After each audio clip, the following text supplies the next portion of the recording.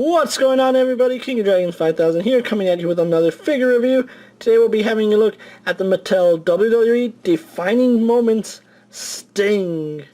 Now here we have Sting in the packaging. This is Sting's first official WWE figure, and I'm really happy I have this guy. You can see it says Defining Moments right there. It says his name up here. We see Sting in the packaging. Comes with his trusty bat. On the side, a nice image of Sting. Same image on this side. On the back, we have a nice little read-up. And it says, there was a time when the NWO would force the entire WCW to submit to its will, and they might have succeeded if not for Sting. Resisting all attempts to recruit him, Sting adopted a new, ghostly look and began hanging out in the rafters high above the action. Occasionally, he would rappel,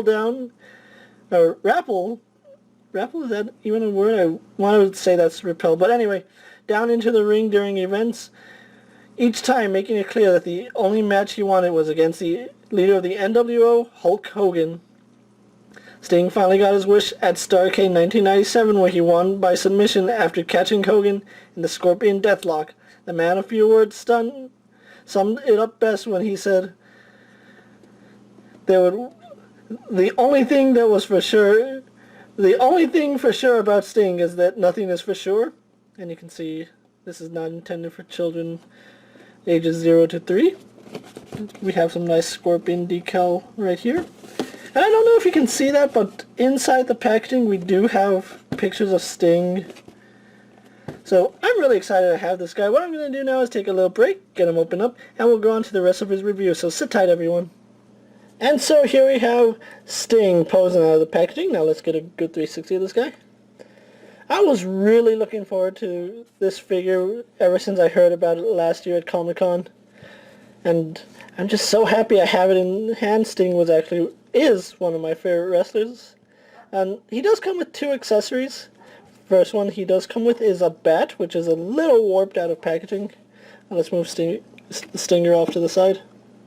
You can see, yeah, the handle is warped on it, but a lot of nice little details on it. It actually looks like a real bat. I think one problem I have with it is, I'm pretty sure you can see that there's a divot in it. Like even, you can see the reflection of the shadows. There's a divot on my bat. I'm not sure how to fix that. I'm going to find a way to fix it one way or another. Maybe just show it off from this angle, but then I have to straighten the bat, which is an easy fix. You can see a lot of the wood graining in there. Nice details on the bat. Moving on to Stinger himself. Oh, too far.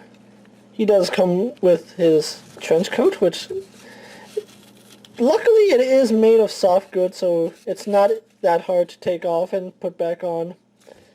It is wrinkled, but I don't know how to fix it, especially because this is like pleather and I don't want to ruin it. So if you guys know how to unwrinkle pleather, please let me know, because it's kind of important. I don't want to ruin this figure. But moving that off to the side, here we have Sting in all his glory. Now let's get a look at that face sculpt, because that's actually one of the shining points to this figure. It really does look like Sting back in his WCW days, because let's face it, he's a little balder and has less hair than he did back in his heyday. But really do like that iconic crow face paint. You can see the hair. I think the hair could have been a little darker. It is a little bright on Sting, but nothing you can really do. He is wearing that little necklace he wore to the ring. Remember, this is from his Starrcade attire, which is completely accurate. He even has like the shoulder pads, which don't really hinder articulation that bad, so that's a good thing. You can see the Scorpion emblem that's printed going all the way to his back. I think in real life the Scorpion came down the leg a little bit, but I don't really remember. I need to see that match again, as well as the padding. To my knowledge, everything on this figure minus his arms is unique to him. Like I said, I might be wrong about that, but I'm pretty sure no other figure has this any part of Sting. Like, his boots seem unique. For sure, no other figure has... Oh, his thigh's coming off. I can fix that with hot water.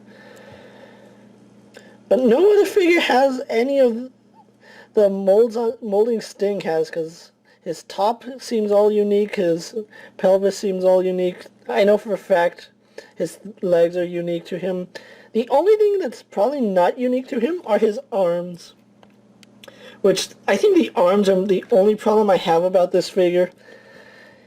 He has really, really muscular arms, and it looks weird on this figure. Like, I know Sting was a really ripped guy, but they could have chosen better arms for Sting. Honestly, they could have. Because it just makes his arms look like he's, like, I don't know, he's hulking out or something. Like, grr, I'm hulking out at your brother. But if they had done different arms, this would have been the perfect figure. But nothing I can't fix on my own. But he does, being a defining moments figure, he does have the standard elite articulation. He has a ball jointed head. He can look up, down really well, side to side, as well as tilt his head left and right.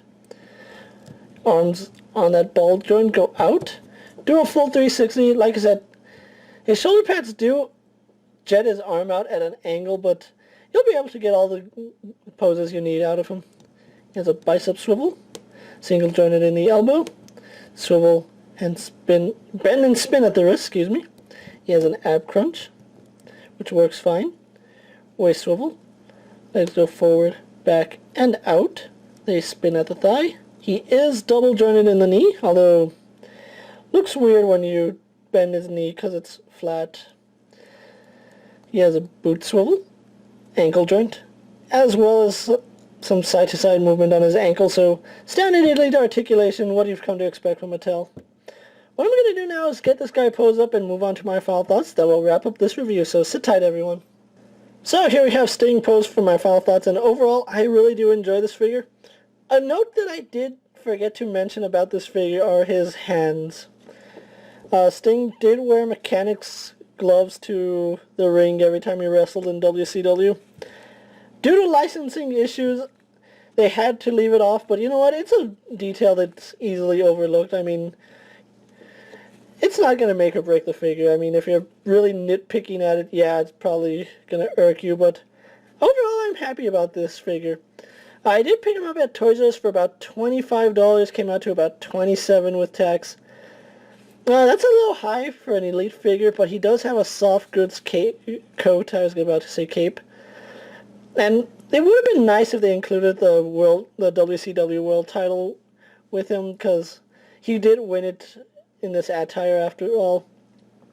So maybe they could have thrown in the belt just to make it seem a little more reasonable for him. But if you find Sting and you're a Stinger fan, I really suggest you pick this figure up. He's probably my favorite Sting figure. Currently the only one I have. I got rid of my old Toy Biz Sting. But if you can find him, I highly recommend you pick him up, especially if you're filling out the Defining Moments line. And this is King of Dragons 5000 saying I'll see you later. Take care, everyone.